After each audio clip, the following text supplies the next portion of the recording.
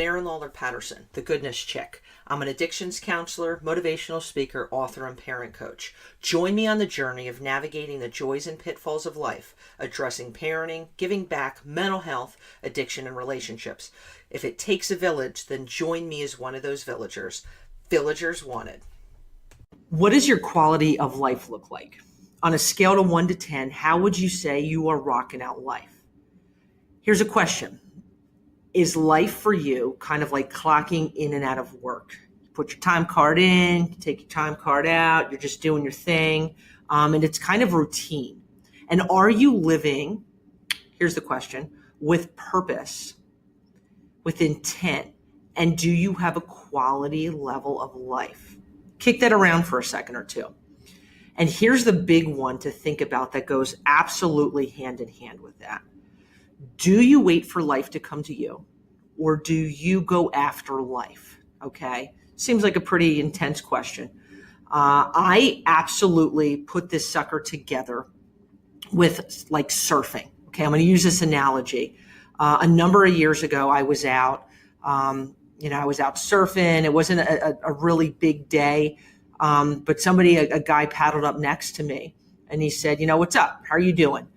And I was like 100% visibly like frustrated. I was annoyed. I was agitated at my lack of ability to get a quality level of wave. Wave kept closing out, meaning it kept, kind of crushing me. I couldn't get through the wave before it totally closed out. And so I wasn't able to actually ride the wave. I was getting more of like the white water after the wave crashes than like being able to what's called drop in, ride a wave, and just get a full experience and what I call a stoke when it comes to surfing. And he said, can I give you a little bit of insight? I was like, yeah, absolutely. I'm open to any suggestions, man. I'm super getting frustrated here. And he said, listen, Air, you're doing it all wrong. You are waiting for the wave to come your way. You're waiting for it to come to you. The reality is, dude, you got to roll. You got to go to the wave. You got to be hungry for the wave. And when the wave starts, and he pointed out to the horizon, when it starts to come up from the horizon, paddle and allow the wave, when you feel it begin to push you, it's going to carry you. Let it take you and then ride it. And I remember looking at him, just kind of soaking it in a little bit, waiting for that first wave to kind of come up from the horizon, looking to the side, where the waves kind of come, where it was going towards, dropping in on the wave and riding it as fluidly and as calmly and as perfectly as my hands kind of grazed against, the face of the wave. I was able to have one of the best rides of my life. And after kind of like, getting back on shore, taking some time, I always reflect on everything. That's kind of how I roll. I was like, you know what, man, that is totally how life is, man. How many of us wait? We got our watches on, and we wait for life to come to us. We wait for experiences. We wait for relationships, for opportunities to come knocking on our door. And sometimes it happens and sometimes it doesn't. It's more likely not to happen to the quality that we'd like it to happen when we're waiting. We're just kind of sitting there. We're treading water. You're sitting on your board waiting for life to come to you. And here's the deal. Like, we have one shot in life. We got one life. And the approach that we take, okay, on whether we go to life or we wait for life to come to us, our quality is impacted by this. Do we wait for it? And I think most of us at some point in life, we're guilty of waiting for life. We're waiting for opportunities, waiting for experiences to come our way. And we miss out. We super miss out. And when we wait for life to come to us, it makes us kind of more inclined to jump on how, like this mentality, how life has kind of fallen short for us, and how we, like, life is just fallen short. Like, the quality of life is just not, we blame, we point fingers. It's like, well, this should have happened, or I expected this to happen and this didn't happen. So it's then with that, how authentically are you living life?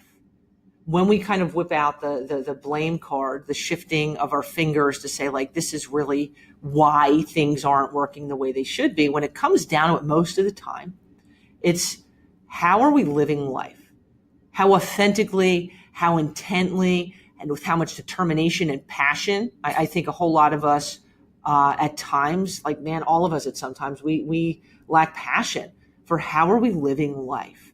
And we have a whole lot of people that are waiting for it. And I believe that when we take the approach of like wanting to squeeze experiences out, we want to take on life, which can be scary sometimes. It makes life more exciting.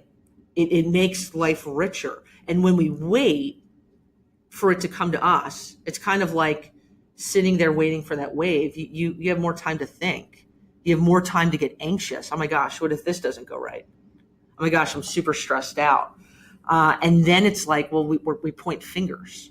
Who's to blame when things don't kind of go our way and circumstances are kind of like not the way we want them to be? And so I really believe, like, when we're kind of intentional about how we live life, when we have a game plan, it just totally affects, there's this domino effect of how the quality of life we have, the people that we surround ourselves with. And if you think about, you're floating in the ocean and you're sitting on a surfboard and you're just kind of chilling and you're just waiting for that wave, that opportunity to come to you. And so with it, you know, when you're out there on a board, you're kind of fumbling a little bit when, oh my gosh, I got to turn around. I got to position my body the right way. And then I've got to go with it instead of using less energy, using less exertion, and letting that wave, letting life kind of push you, that momentum, because that's how it's supposed to be. It's when we live with intent and we're passionate, we're determined, and we're focused, we're less likely to wipe out. We're less likely to kind of get in this rut of life has done me wrong. People have done me wrong. And it's this like kind of like mired in self-pity. And that can be easy to do. Like, I'm rocking out the Eeyore mentality. Well, what does that get us? You kind of feel like there's a little cloud over you. It's a little chilly out. You know, I feel kind of crappy. Life is too short to wait. Life is too short to hold our breath and hope this next set comes in for us. So here's what I'm going to throw at you. Think about for the next 30 days, okay? Then 60 days, and then 6 months. How are you going to go and get your wave? How are you going to paddle towards your opportunity? Paddle when it comes to different experiences, relationships.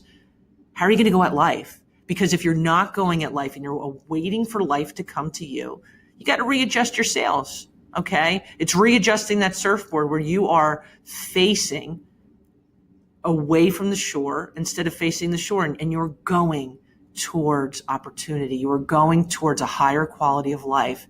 Man, if you're waiting for life to come to you, you're missing out. You're missing out like crazy train. And I'll tell you, man, some of the best waves I've ever caught in my life, I paddled till I didn't feel my arms. I was numb. I was gunning it for the wave. I dropped in, my stomach was light, and I was, holy cow, I'm holding my breath, and yeah, dropping in, and I got the ride of my life. And it's this rush. Too many of us don't have a rush about life. We wait for it. It's mundane, it's routine. Man, life is too short for that sucker to happen. Start going to life. Write down, how can I go to life? How can I go to life and start making it happen? And when I tell you, man, within 30 days, if you start being intentional and going towards life, your quality will kick up a notch. Your outlook on life will be altered, and it'll rock your world. Keep it in the forefront. Go to that wave. And as I think about that, throwing out to you, I'm super pumped because I believe when it comes to our kids, the people we love in our life, our young people, we too often don't go towards the wave when it comes to what they're going to face with addiction, with drugs, with temptations, with this war, dude, that we've got going on. And too often we're just kind of like, let's hold a breath. Woo, just hold on and we're going to be okay. Yo, we got to be intentional. We got to have a battle plan. And, if this is kind of like, yo, man, I need a battle plan when it comes to my kids, whether they're in elementary school, middle school, or high school, I encourage you to check out my course. That is a near foolproof guide to keeping our kids from getting trapped into to addiction, to getting into substances that just can suck them in and change their life. We need a game plan. We need a battle plan, and this is it. So if you haven't already, check it out, goodnesschick.com. I'm excited, and I hope as we rock out this new week, go to life, baby, go to that wave, and it'll change your life forever. Peace, love, and goodness, my friends. If you enjoyed today's show, I encourage you to subscribe to Goodness Chicks podcast and pass it along to your friends. I hope you enjoyed today's episode and have a great day.